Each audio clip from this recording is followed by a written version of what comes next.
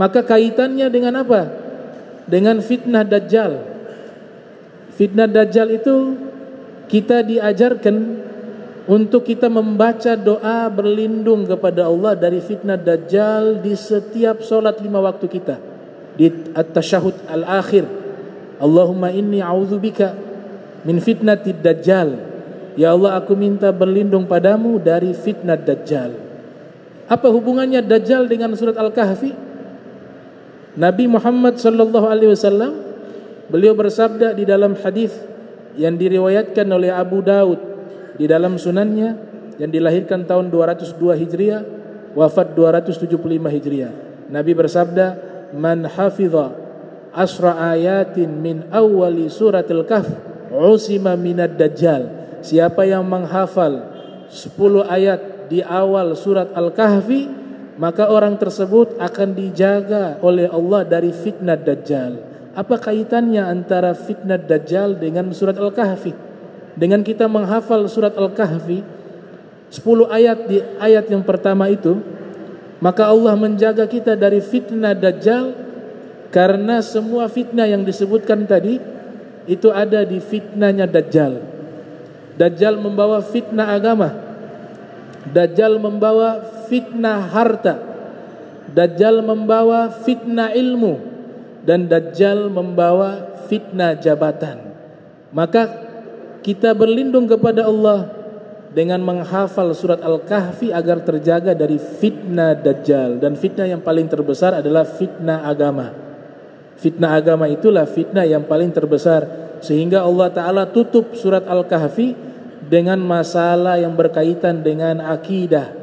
Karena nanti Dajjal mengaku sebagai Tuhan, dan banyak dikatakan di dalam kitab-kitab syuruhul hadis bahwa banyak orang-orang mukmin yang akhirnya menyatakan Dajjal sebagai Tuhan karena keimanan mereka tidak kuat. Maka Allah tutup surat Al-Kahfi dengan masalah apa? Masalah akidah, masalah keyakinan. Annama ilahukum ilahun wahid. Faman kana yarju liqa'a rabbih falyamal amalan shalihan. Kemudian dikatakan, ala tusyrik, jangan kalian mengsekutukan Allah, bi'ibadati rabbih ahada. Jangan pernah kalian menyembah kepada satu pun kecuali hanya kepada Allah. Di situ yang sangkut pautnya nanti Dajjal. Karena Dajjal nanti akan disembah. Orang-orang muslim sendiri yang imannya tidak kuat akan terpengaruh dengan dakwanya Dajjal, dengan hal-hal yang luar biasa yang akan ditunjukkan oleh Dajjal dari 4 fitnah tersebut. Dajjal bisa menurunkan hujan, Dajjal bisa menurunkan makanan dari surga, Dajjal bisa menghidupkan orang, Dajjal bisa mematikan orang, Dajjal bisa menyambung sebagaimana Nabi Ibrahim, burung yang sudah hancur dihidupkan kembali, itu Dajjal mampu. Dan Dajjal bisa memperlihatkan surga, dan Dajjal juga bisa memperlihatkan neraka. Nah, orang-orang yang imannya tidak kuat, mereka akan menyatakan Dajjal sebagai Tuhan.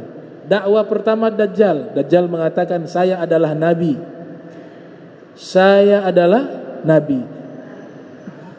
Waktu berjalan, dia sudah mengaku, saya adalah Tuhan.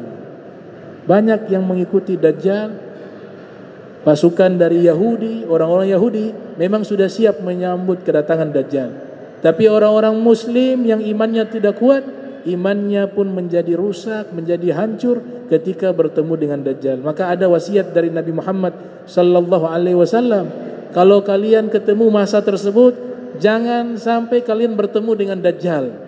Jangan merasa pede dengan keimanan yang kalian miliki, karena kalian akan tidak mampu menghadapinya. Kalian akan terpengaruh oleh dakwah-dakwanya, terpengaruh oleh daripada hal-hal yang luar biasa yang akan ditunjukkan di hadapan kalian.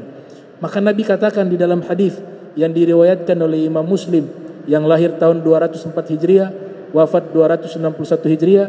Juga hadis ini diriwayatkan oleh Al-Imam Nawawi, yang dilahirkan tahun 631 Hijriah, wafat 676 Hijriah. Di dalam kitab Riyadhus Shalihin, Rasul bersabda, ma baina khalqi Adam ila qiyamis saati fitnatun akbaru minad Dajjal, wa fir riwayah amrun akbaru minad Dajjal, wa fir riwayah khalqun akbaru minad dajjal. Nabi bersabda, tidak ada satu fitnah yang paling besar yang terjadi sejak diciptakan Nabi Adam sampai hari kiamat seperti fitnahnya Dajjal, kata Nabi Muhammad sallallahu alaihi wasallam. Begitu dahsyat fitnahnya sehingga diajarkan kepada kita setiap solat 5 waktu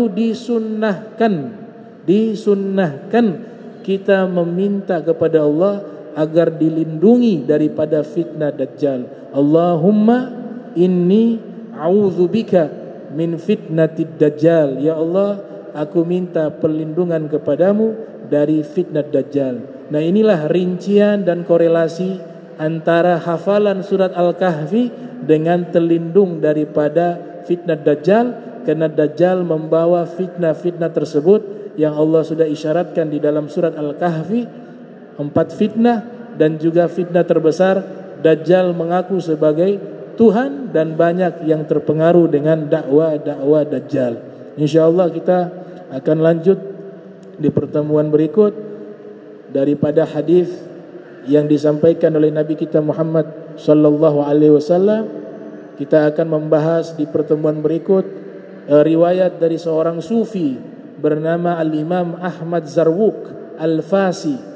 Di sini beliau memberikan beberapa nasihat kepada kita, dan nasihat ini sangat dalam, nasihat ini sangat bermanfaat. InsyaAllah di Jumat berikut kita lanjutkan pembahasan kita.